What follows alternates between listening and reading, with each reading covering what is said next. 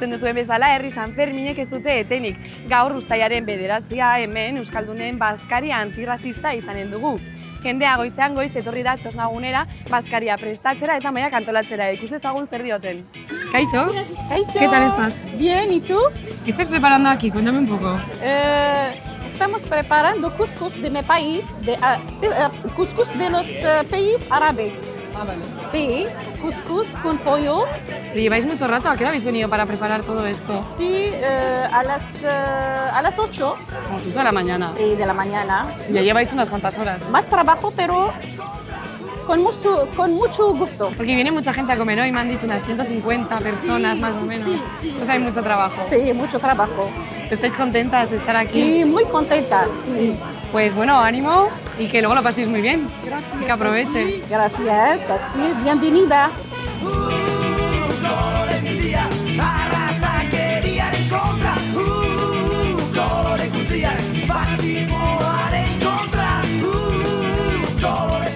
A ver, por aquí, ¿qué estáis cocinando?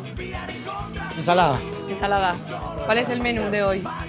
La verdad es la ensalada de pollo yogur con galletas, ¿no? Ese es el postre, Muy bien. por el momento. Por ahí también hay cuscús. ¿nos has Cuscús contado un también, poco? sí, cuscús también hay, ¿no?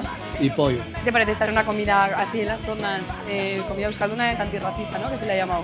Me parece muy bien, me parece muy bien. Siempre es necesario.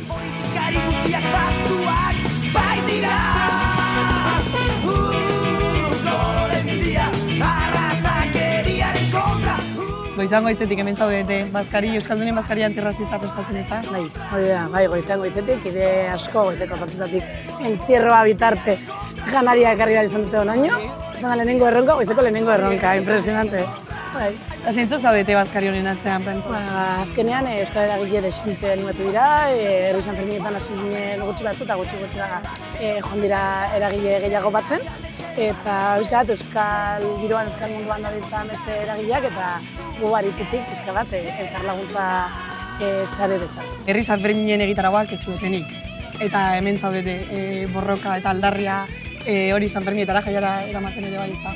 Bai, eskertu behar dugu lehenik herri San Ferminei espazio hau beti bezala, erreibindikatzeagatik, sortzeagatik, gu herri San Ferminen parte garen bezala ere horrelako espazioetan sinisten dugu, hortaz hemen ere parte hartzen dugu, eta beti eskertzeko da horrelako espazioak eragilei eskaintzea, bazkariak eragile ezberdinek jorratuko dituzte, eta horren bueltan dinamika ezberdinak, ekintza ezberdinak ingo ditugu arratsaldean zarez bai.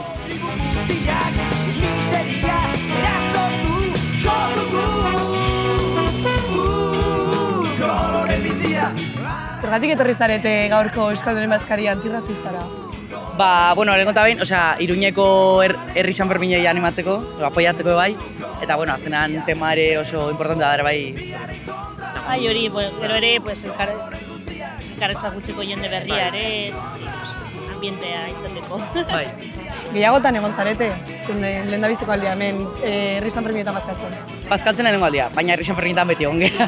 Bai. Ikusten taula, goten gara normalean, kontzeptuak ikusten taula. Zuentzako neskak, garrantzitsua da etortzea horrelako bazkari aldarrikapen mezuak, aldarrikapen mezuak bilatzituen bazkari batera edo ekimen batera etortzea. Bai, oso.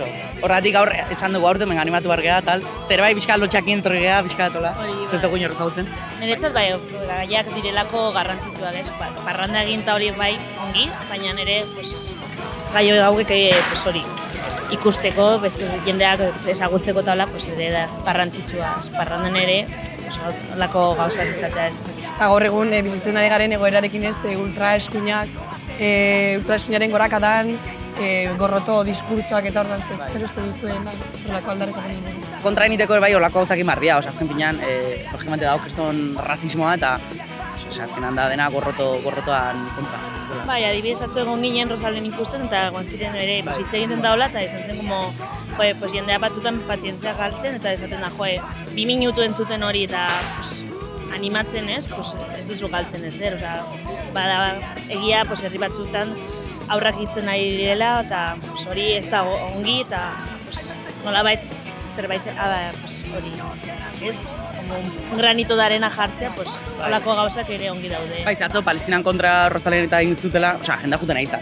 Maitzak gure aldean eta pitatzen eta hola, favorece, Gure ustez oso garrantzitsua da, aritu bezala herri Sanferminak ere eskaini zigun herri Sanfermin txupinazioa botatzea, pixka bat aldarri antirrazista hau eta kriminalatorio hau eta pixka bat fascismoaren auge honetan gauden beste diskurso bat ere plazaratzeko eman ziguten ahotsa edukitzeko momentua eta gaur ere berriro hau mai gainean jarri nahi dugu, bazkari honetan beste sektore batzuen gana ere borroka hau iriz dadin, askotan ere diskurso asko piztu nahi ditugu, bizilagunen artean, lagunen artean, kuadriletako bazkarietan, pixka bat diskurso hau landua izateko, jaia bai, baina borroka ere bai, uztartu behar direla beti eta jaia izan da bai erreibindikazio modu bat,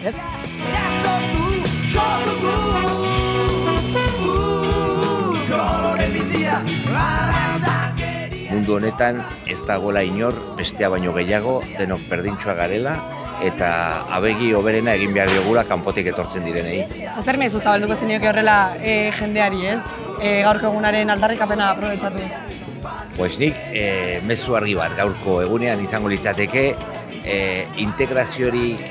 integraziorako biderik hoberenetariko bat euskara dela hemen Euskal Herrian eta Nafarroan eta orduan euskaldunak eta integratzailea gara.